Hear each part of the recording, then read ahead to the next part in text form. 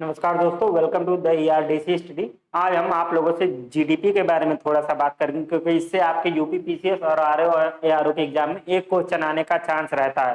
तो ये छोटा सा टॉपिक है, आपका 10 मिनट का टॉपिक है, तो इस 10 मिनट में आपका एक नंबर का कॉन्सेप्ट क्लियर हो जाएगा। तो आइए देखते हैं जीडीपी किसे कहते हैं। जीडीपी, तो जीडीपी किसे कहते हैं।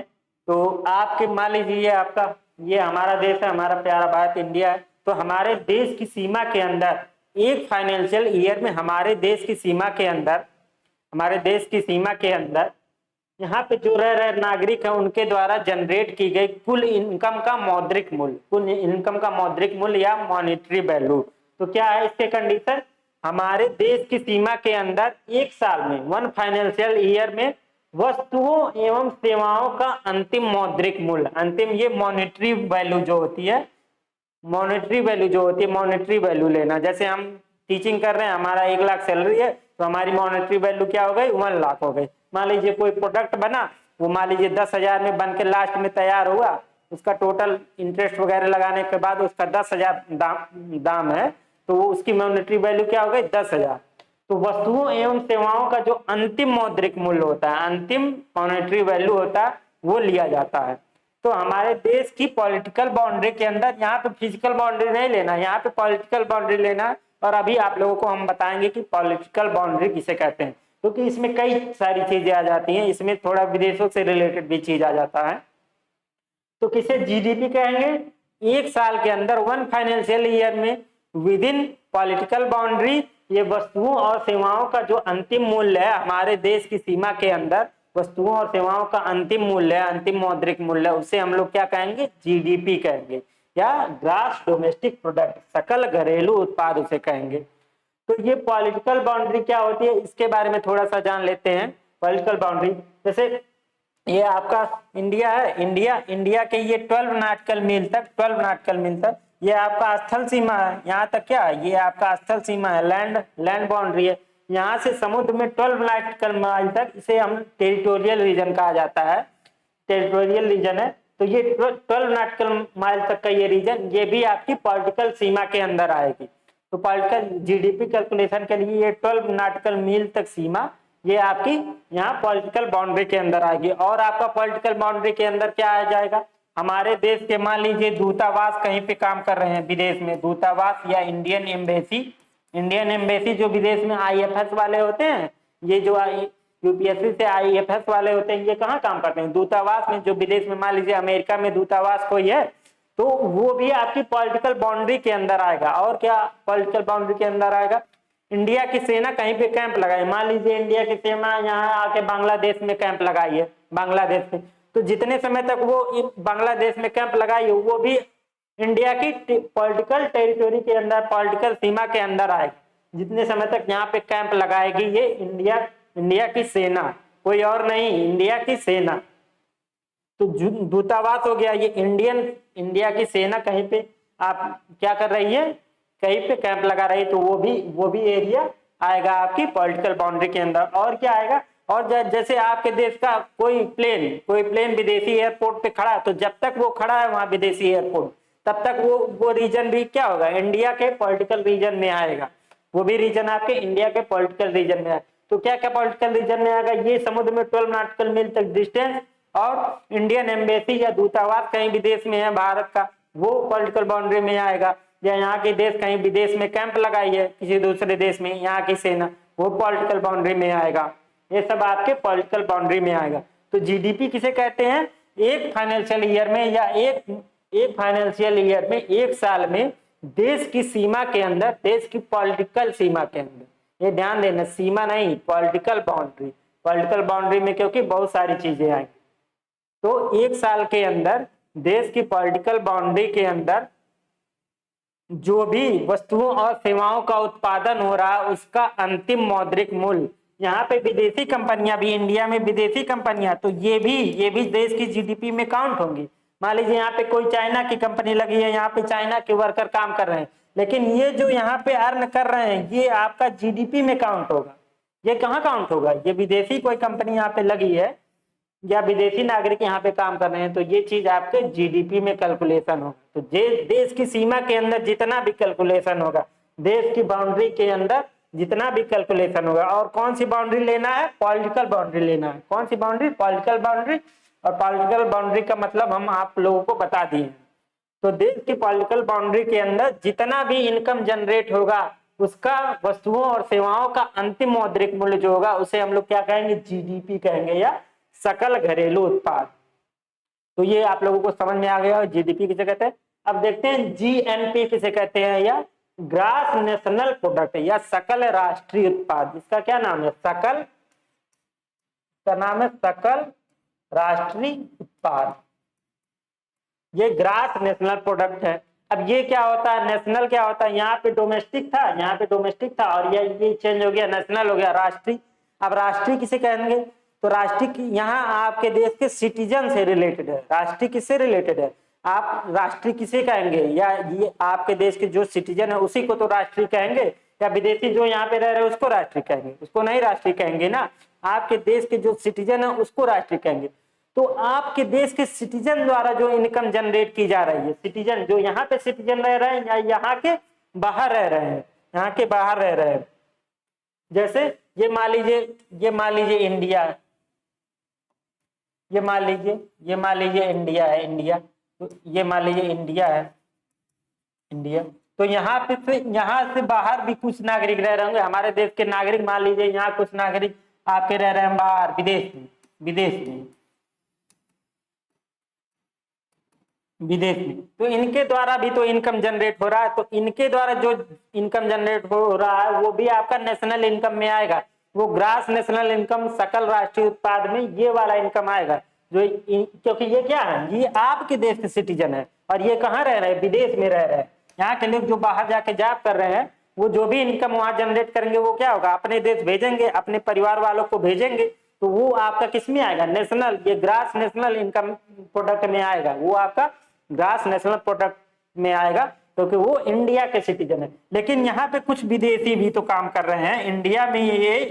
ये आपके देश की सीमा के अंदर कुछ विदेशी भी तो काम कर रहे हैं। तो ये क्या करेंगे विदेशी? ये यहाँ से पैसा कमा के बाहर भेजेंगे, अपने देश भेजेंगे। तो ये वाला रूल वैल्यू जो होता है, ये वाला जो मूल्य होता है, ये वाला जितना इनकम होता है, वैल्यू होता है, इसको हम लोग माइनस करते हैं। ये वाला हम लोग प्लस करेंगे, इसको हम क्या करेंगे? ये प्लस करेंगे, और ये वाला जो वैल्यू है माइनस करेंगे।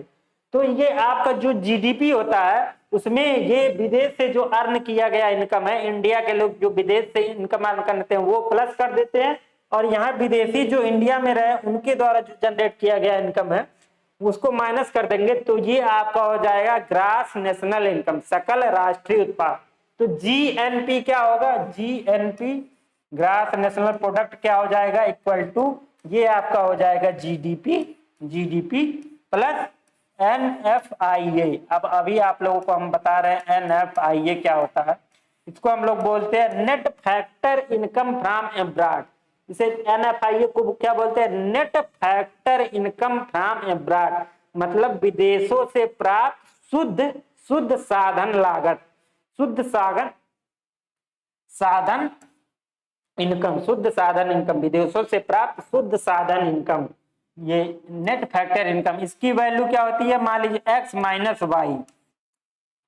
तो एक्स क्या है? जैसे ये इंडिया वाले जैसे ये जो बाहर रह रहे विदेश में, ये मान लीजिए आपका 5 लाख, ये मान लीजिए कितना कमा रहे हैं बाहर? 5 लाख कमा रहे हैं। और मान लीजिए ये जो विदेशी है इंडिया में, ये मान लीजिए कमा रहे हैं 7 लाख, ये मान लीजिए कमा रहे हैं 7 लाख।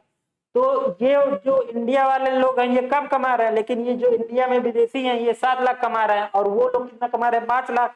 तो एक्स माइनस वैल्यू की कितनी वैल्यू? ये इंडिया वाले हैं तो ये आपकी वैल्यू है 5 लाख, और ये विदेशी हैं ये कितना कमा रहे हैं? 7 लाख। तो इसकी वैल्यू क्या आएगी? -2 लाख।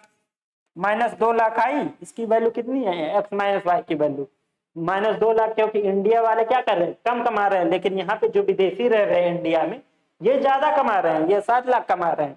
तो इसकी वैल्यू क्या आएगी? -2 लाख। तो इंडिया के केस में क्या होता है? जीएनपी की वैल्यू ये लेस देन होती है जीडीपी। ये सकल राष्ट्रीय उत्पाद की वैल्यू जो होती है आपकी, ये जीडीपी से कम होती है। ये सभी देश के लिए नहीं, ये सभी देश पे अप्लाई नहीं होगा, ये इंडिया के केस में, स्पेशल इंडिया के केस में ये होता है। ये जीएनपी जो होता है ये जीडीपी से कम होता है, क्योंकि यहाँ पे इंडिया का इंपोर्ट भी कम, इंपोर्ट ज्यादा होता है, लेकिन इंडिया द्वारा क्या होता है, इंपोर्ट ज्यादा होता है लेकिन एक्सपोर्ट कम होता है। तो हमेशा ये व्यापार घाटे में रहती है इंडिया, तो इसलिए भी व्यापार घाटे में रहती है। तो ये जीएनपी सकल राष्ट्रीय उत्पाद की वैल्यू हमेशा जीडीपी से कम होती है इंडिया के केस में, क्योंकि ये वैल्यू आपकी हमेशा क्या आती है, इंडिया के केस में ये वाली वैल्यू निगेटिव आती है। तो दो चीजें आप लोगों को समझ में आ गई होगी, जीएनपी किसे कहते हैं और जीडीपी किसे कहते हैं। जीएनपी सकल राष्ट्रीय उत्पाद है और ये सकल घरेलू उत्पाद है। तो इसमें से क्या करेंगे, जीएनपी कैसे आएगा, जीडीपी प्लस एनएफआईए। तो ये क्या बन जाएगा, ये आपका जीएनपी, जीडीपी प्लस एनएफआईए। इसको क्या बोलते हैं, net factor income from abroad.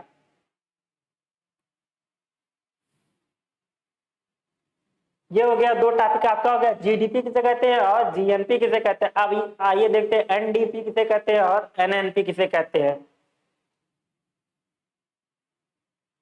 देखिए ये जीडीपी है, जीडीपी में क्या किया हम लोग, एनएफआईए जोड़ दिए तो क्या हो गया, जीएनपी बन गया, जीएनपी बन गया। और NFIA net factor income from abroad, इसकी वैल्यू क्या होती है, इसकी वैल्यू हमेशा निगेटिव आती है इंडिया के केस में, केवल मतलब हम अपने देश के लिए बात कर रहे हैं, अपने देश के लिए इसकी वैल्यू निगेटिव आती है, इसलिए GNP is less than GDP. अब ये एनडीपी किसे कहते हैं, ये देखिए डी यहाँ था, डी यहाँ भी है, एनडीपी ये ग्रास था और ये नेट हो गया। तो मान लीजिए आप लोग कोई प्रोडक्ट ले रहे हैं, मान लीजिए कोई आप लीजिए बाइक लिए, मान लीजिए 1 लाख की बाइक लिए, तो 1 साल बाद क्या होगी, उसकी वैल्यू कम हो जाएगी। मान लीजिए 1 साल बाद आप लोग उसको बेचना चाह रहे हैं, तो उसको कितने में बिकेगा, वो आपका 60 से 70 हजार में बिकेगा, 1 लाख का लिए हैं तो ये जो 30-40 हजार का लॉस हो रहा है, उसे हम लोग क्या बोलते हैं, डेप्रिसिएशन लॉस, डेप्रिसिएशन लॉस या मूल्य ह्रास, उसके मूल्य में कमी हो गई। 1 लाख का लिए थे लेकिन 1 साल बाद उसका दाम कितना हो गया, 60 से 70 हजार। तो ये जो 30-40 हजार का लॉस हुआ, ये आपका क्या हो गया, डेप्रिसिएशन लॉस हो गया, ये आपका डेप्रिसिएशन।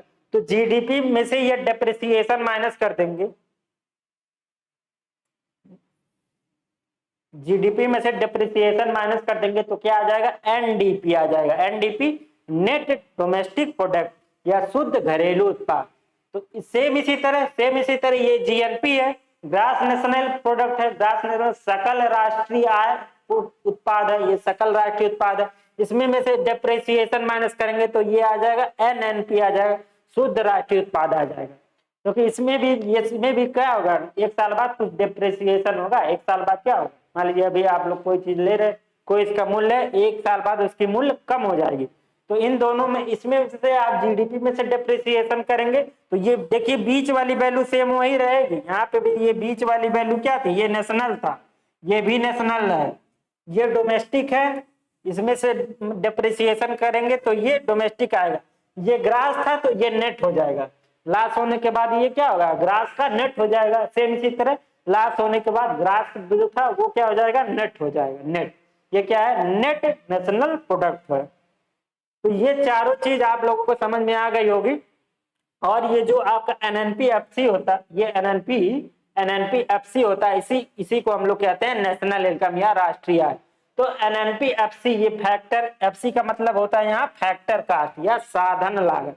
साधन लागत में एनएनपी की जो वैल्यू होती है, इसी को हम लोग क्या बोलते हैं, इसी को शुद्ध राष्ट्रीय उत्पाद बोलते हैं। इसी को एनएनपी एफसी पे जो वैल्यू होती है उसी को हम लोग क्या बोलते हैं, नेशनल इनकम बोलते हैं। इसको एनएनपी को हम लोग क्या बोलते हैं, शुद्ध राष्ट्रीय उत्पाद। लेकिन एनएनपी एफसी पर जो वैल्यू होती है इसको हम लोग क्या बोलते हैं, नेशनल इनकम। अब ये एफसी क्या होता है, फैक्टर कास्ट क्या होता है, मार्केट प्राइस क्या होता है, इसके बारे में थोड़ा सा जान लेते हैं, मैथ। तो फैक्टर कास्ट क्या होता है और मार्केट प्राइस क्या होता है। फैक्टर कास्ट, ये एफसी का मतलब फैक्टर कास्ट, और ये आपका हो गया एमपी। एक दूसरा चीज क्या होता है, एमपी मार्केट प्राइस। मान लीजिए आप लोग कोई प्रोडक्ट बना रहे हैं, मान लीजिए कार ही बना रहे हैं, कोई कार बन के तैयार हुई, मान लीजिए ये कार बन के तैयार हुई, मान लीजिए 10 लाख में ये बन के तैयार हुई कार। इसमें इसका प्रॉफिट भी है, बनाने वाले का जो मैन्युफैक्चरर है, जो बनाने वाला है, इसमें इसका प्रॉफिट भी ऐड है। इसके बाद 10 लाख है, इस पे मान लीजिए सरकार टैक्स लगाई, इनडायरेक्ट टैक्स लगाई, इस पे इनडायरेक्ट टैक्स लगाई, इनडायरेक्ट टैक्स लगाई, मान लीजिए ये कितना लगा दी, ये मान लीजिए 1 लाख का टैक्स लगा दी सरकार, तो इस पे 1 लाख का टैक्स लगा दी, तो इसकी वैल्यू कितनी हो गई, 11 लाख, 11 लाख हो गई कि नहीं। तो ये फैक्टर कास्ट पे जो इसकी वैल्यू कितनी थी, 10 लाख थी, लेकिन सरकार इस पे इनडायरेक्ट टैक्स लगा दी, 1 लाख की इनडायरेक्ट टैक्स लगा दी, तो इसकी वैल्यू क्या हो गई, 11 लाख। तो 11 लाख जो ये वैल्यू हो गई, ये मार्केट प्राइस पे वैल्यू है, और ये वाली जो वैल्यू है ये फैक्टर कास्ट पे वैल्यू है। तो नेशनल इनकम किसे कहते थे, एनएनपी, एनएनपीएफसी, एफसी, एनएनपीएफसी, जो फैक्टर कास्ट पे एनएनपी की वैल्यू थी, इसको हम लोग क्या बोल रहे थे, इसी को बोलते हैं नेशनल इनकम।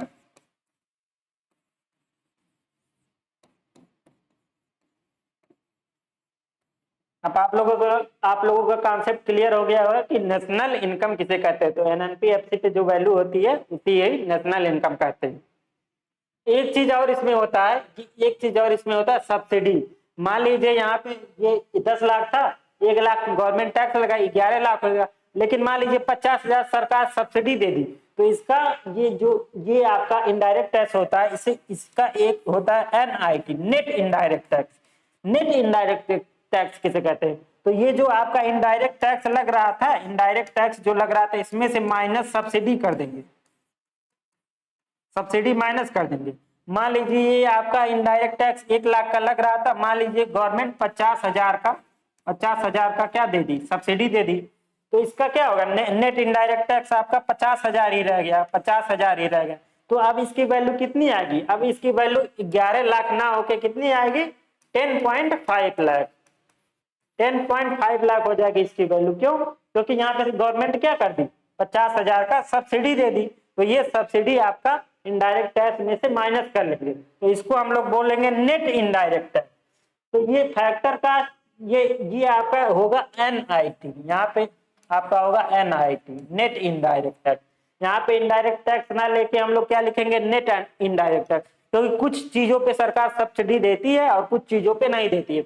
जैसे एग्रीकल्चर वाले मैक्सिमम प्रोडक्ट पे, खाद पे, ट्रैक्टर पे, इन सब चीजों पे आपका गवर्नमेंट सब्सिडी देती है। ये आपके इलेक्ट्रिक व्हीकल हो गए या सौर पैनल हो गया, सोलर पैनल, इस पे भी आपकी गवर्नमेंट क्या कर रही है, सब्सिडी दे रही है। तो आपका जो टैक्स सरकार लगा रहा है, इसमें से सब्सिडी अगर माइनस कर लेंगे तो ये इसे क्या बोलेंगे, नेट इनडायरेक्ट टैक्स बोलेंगे। तो यहाँ पे नेट इनडायरेक्ट टैक्स लिखना बेटर है, ये बेटर है, ये नेट इनडायरेक्ट टैक्स, क्योंकि कुछ चीजों पे देती है और कुछ चीजों पे सरकार नहीं देती है। तो अगर सब्सिडी देगी तो एनआईटी की वैल्यू क्या होगी, कुछ कम हो जाएगी, कुछ कम हो जाएगी। तो फैक्टर कास्ट ये हो गया, और ये आपका मार्केट प्राइस, ये भी आप लोगों को समझ में आ गया होगा। और ये जो एनएनपीएफसी फैक्टर कास्ट पे जो वैल्यू है, इसी वैल्यू को हम लोग बोलते हैं नेशनल इनकम। और देखते हैं और क्या, और थोड़ा सा 1-2 टॉपिक है इस चैप्टर में। और पर कैपिटा इनकम किसे कहते हैं, per capita income, per capita income, या इसको शॉर्टकट में पीसीआई बोलते हैं, पीसीआई, पर कैपिटा इनकम। इसे पर कैपिटा इनकम किसे बोलेंगे, जो हमारे देश की इनकम है, कुल आपका जो मान लीजिए कि देश का नेशनल इनकम है, नेशनल इनकम है देश का, उसमें आप लोग क्या करेंगे, टोटल पॉपुलेशन से डिवाइड कर देंगे।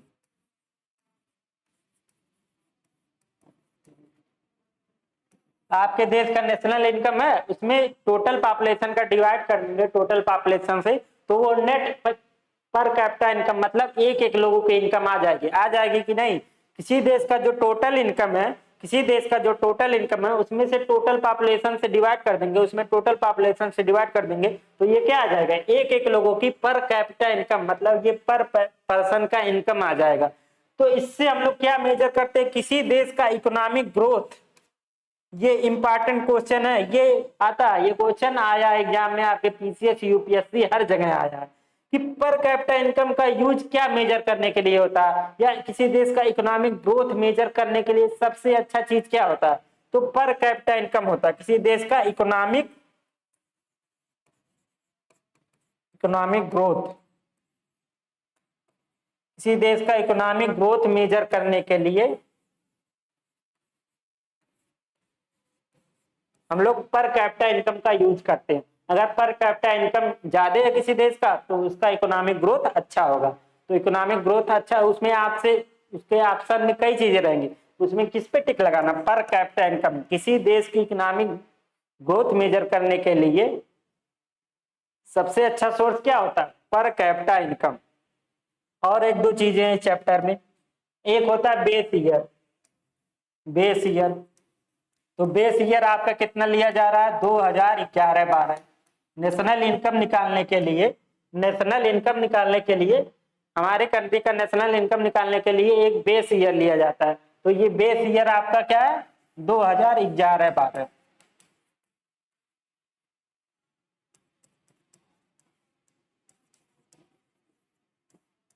ये आपका नेशनल इनकम निकालने के लिए आपका जो बेस ईयर है आपका क्या है, 2011-12। ये बेस ईयर, बेस ईयर। और क्या होता है, और नेशनल इनकम किसके द्वारा निकाला जाता है, कौन सी संस्था के द्वारा निकाला जाता है, तो ये एनएसओ के द्वारा निकाला जाता है। किसके द्वारा, national statistical office. National statistical office, ये एक संस्था है आपकी, ये आपकी एक संस्था है, इसके द्वारा आपका नेशनल इनकम निकाला जाता है। तो ऑप्शन में रहेगा, ऑप्शन में क्या क्या रहेगा, ऑप्शन में रहेगा सीएसओ, एनएसएसओ, एनएसओ, इनमें से कोई नहीं। और चौथा मान लीजिए इनमें से कोई नहीं। तो आप लोग किस पे मारेंगे, किसके द्वारा निकाला जाता है, एनएसओ के द्वारा। क्योंकि ये जो सीएसओ है और एनएसओ है, इसको 2019 में इसको कंबाइन करके हम लोग क्या, इसको कंबाइन करके बना दिए एनएसओ। ये जो सीएसओ था, सेंट्रल स्टैटिस्टिकल ऑफिस था, ये एनएसएसओ था, जो इन दोनों को हम लोग 2019 में मिला के क्या बना दिए, आपकी गवर्नमेंट क्या बना दी, ये एनएसओ बना दी। तो आपका ये दोनों अब खत्म हो गए, ये दोनों अब नहीं, इसकी वैल्यू नहीं रह गई। अब इसको मिला के क्या बन गया, हमारा एनएसओ बन गया। तो नेशनल इनकम किसके द्वारा मेजर किया जाता है, एनएसओ, नेशनल स्टैटिस्टिकल ऑफिस, इसके द्वारा आपका नेशनल इनकम मेजर किया जाता है। तो ये इस चैप्टर की आपकी मोटी मोटी बातें थी। तो इसी से आपका एक नंबर आपके पीसीएस में या आरओ के एग्जाम में आने की संभावना रहती है। छोटा सा टॉपिक था आपका, 10 मिनट का टॉपिक था ये, और इस आप लोगों का पूरा कॉन्सेप्ट इस चैप्टर पे क्लियर हो गया होगा। तो ऐसे हम लोग धीरे धीरे छोटा छोटा करके 10-10, 5-5 मिनट के वीडियो में इकोनॉमिक्स का हम लोग बेस, ऐसे कॉन्सेप्ट क्लियर कर लेंगे, अपना एक बेस बना लेंगे। अब इस चैप्टर पे कल कल कल हम लोग क्या करेंगे, इस चैप्टर से रिलेटेड जितने भी एमसीक्यू हैं आपके पीसीएस के एग्जाम में आए हैं या आरओ के एग्जाम में आए हैं, सारे एमसीक्यू एक साथ, इस पे जो भी 10, 15, 20 एमसीक्यू है कल डिस्कस कर लेंगे। तो ये आपका चैप्टर पूरा टोटल कंप्लीट हो जाएगा। Thank you.